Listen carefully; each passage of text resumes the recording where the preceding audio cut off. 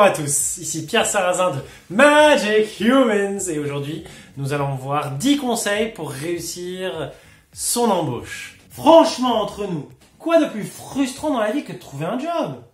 Ça prend du temps, faut faire des efforts, envoyer un CV, l'aide de motivation, convaincre quelqu'un qu'on ne connaît pas, passer l'entretien de recrutement et les autres, etc. etc. Non mais franchement. Et si on pouvait rendre ça un peu plus fluide, simple, agréable, plus magique? Bienvenue sur Magic Humans.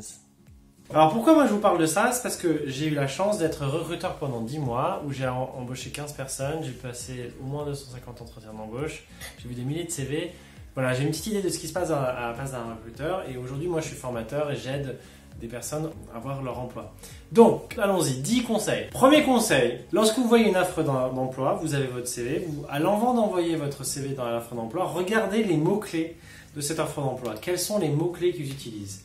Et ne pas hésiter à adapter votre CV avec ces mots-clés. Par exemple, si dans votre CV vous mettez qualité dynamique et dans l'offre d'emploi ils mettent qualité recherché entreprenant, vous pouvez remplacer par dynamique par entreprenant, c'est assez similaire comme sens. Plus votre CV dans les mots-clés correspond à ce qui est mis dans l'annonce, plus le recruteur va se dire « Ah, c'est cette personne qu'il me faut ». La deuxième chose, posez-vous la question, quels sont les critères de ce poste ou quels sont les critères qu'on cherche pour avoir le bon profil à ce poste. Parce qu'en fait, un recruteur, lui, quand il vous pose des questions, quand il regarde votre CV, quand il étudie votre candidature, il est en train dans sa tête d'essayer de cocher des cases pour la bonne personne au bon poste. Donc, en termes de motivation, en termes de compétences, est-ce que la personne comprend les enjeux, est compatible avec la culture de l'entreprise? Est-ce qu'elle a la même valeur que l'entreprise? Est-ce qu'en termes de prétention salariale, tout ça, ce sont des cases. Et vous, votre mission, c'est de comprendre, quelles sont toutes les cases à cocher, et si moi je peux les cocher, je montre que je sais les cocher. Ça, c'est la deuxième chose à faire. Troisième conseil que je vous donne, si vous ne connaissez pas très bien ce métier, n'hésitez pas à aller sur YouTube et taper témoignage avec le nom du poste. Et vous allez avoir des vidéos qui montrent des personnes qui font ce poste, qui ont ce quotidien. On va pouvoir vous représenter vraiment qu'est-ce que c'est que ce poste. Sinon, vous pouvez demander des personnes qui travaillent dans ce métier comment ça se passe. Ça aide. Regardez sur les forums, sur internet, si vous pouvez avoir des témoignages ou des entretiens, des gens qui racontent tout ça. Ça va vous donner vraiment une idée de qu'est-ce que c'est ce métier, notamment quand vous ne connaissez pas bien ce métier. Autre chose, moi je vous recommande vivement, vraiment très très vivement, s'il y a un conseil que vous devrez dire, c'est celui-là. Une fois que vous avez envoyé un CV, 3-4 jours après, une semaine après maximum, vous appelez le standard et vous dites « Bonjour, je m'appelle Pierre Sarrazin, j'ai postulé à l'annonce pour tel métier sur tel site d'emploi, l'annonce. Mais pourriez-je parler s'il vous plaît avec la personne en charge du processus de recrutement ?» Et là, si la personne est disponible, c'est possible qu'elle vous mette en contact avec le recruteur direct. Sinon, elle va vous demander de prendre un message, vous allez lui laisser un message, vous mettez bien vos coordonnées, etc. Ensuite, si on ne vous rappelle pas, 3-4 jours après, relancez, rappelez 1, 2, 3, 4 fois. Je sais, ça peut paraître pas du tout évident pour certains de le faire. On peut se dire, on est trop lourd à faire ça, mais en vrai, non.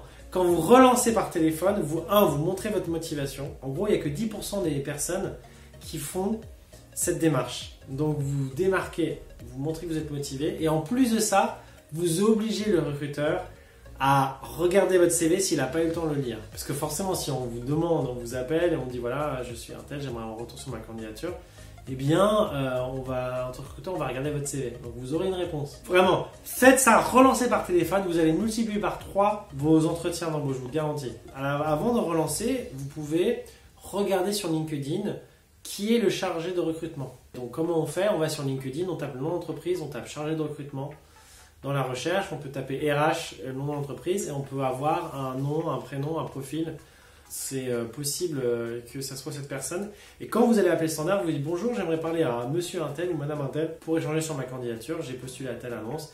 Et là, vous allez être mis en contact. Vraiment, ça c'est très très utile. Ensuite, autre conseil, n'hésitez pas à faire une simulation d'entretien avec un ami, un proche, quelqu'un qui a l'habitude de recrutement si possible. Pourquoi c'est important? Parce que pour moi, il y a 3 phases. 3 étapes quelque part pour être préparé à l'entretien, pour s'assurer qu'on est prêt. Il y a d'abord comprendre quelles sont les cases à cocher pour ce poste. Ensuite, sélectionner dans mon expérience, dans mon CV, qu'est-ce qui est le plus proche de ce qu'il recherche. Et ensuite, de savoir les expliciter à l'entretien et répondre aux questions naturellement. Et ça, c'est 3 choses bien distinctes. Il faut bien se rendre compte qu'on peut avoir un bon profil, on peut avoir compris c'est quoi l'enjeu du poste, mais si on est mal à l'aise quand on répond aux questions, parce qu'on n'est pas prêt, parce que on réfléchit trop longtemps, etc., la personne en face va se dire « Ah, la personne, elle n'est pas sûre de ce qu'elle dit. » C'est un peu aussi du théâtre, hein, c'est aussi une interaction humaine. Entraînez-vous, prenez une personne, imprimez des questions type. Je vous ferai une autre vidéo avec quelles sont les questions qu'on peut poser et répondre à l'entretien d'embauche et comment y répondre.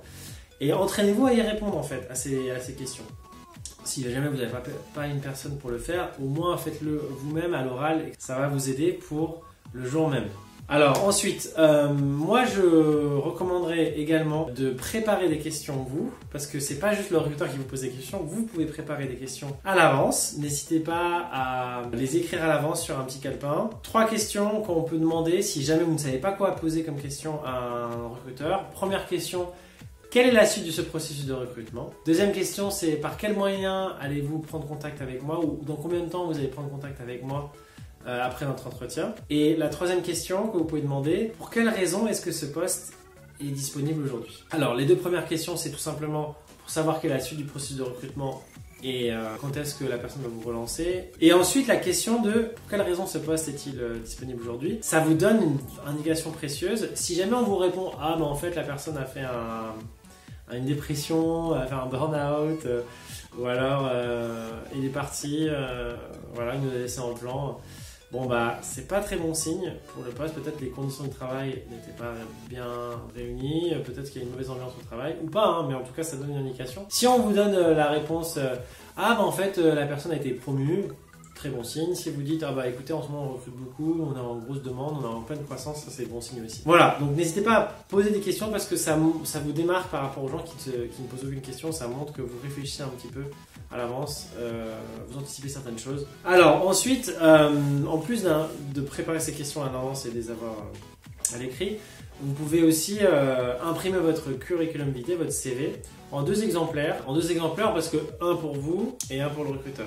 Parce que comme ça, le jour même, quand vous montrez votre CV, vous donnez à la personne, si la personne n'a pas imprimé, le recruteur, ça fait beaucoup plus sérieux. Ça fait la personne qui s'est préparée, qui s'est investie et qui se démarque parce qu'il n'y a pas beaucoup de gens qui le font ça. N'hésitez pas à noter aussi pendant l'entretien avec votre calepin les informations importantes.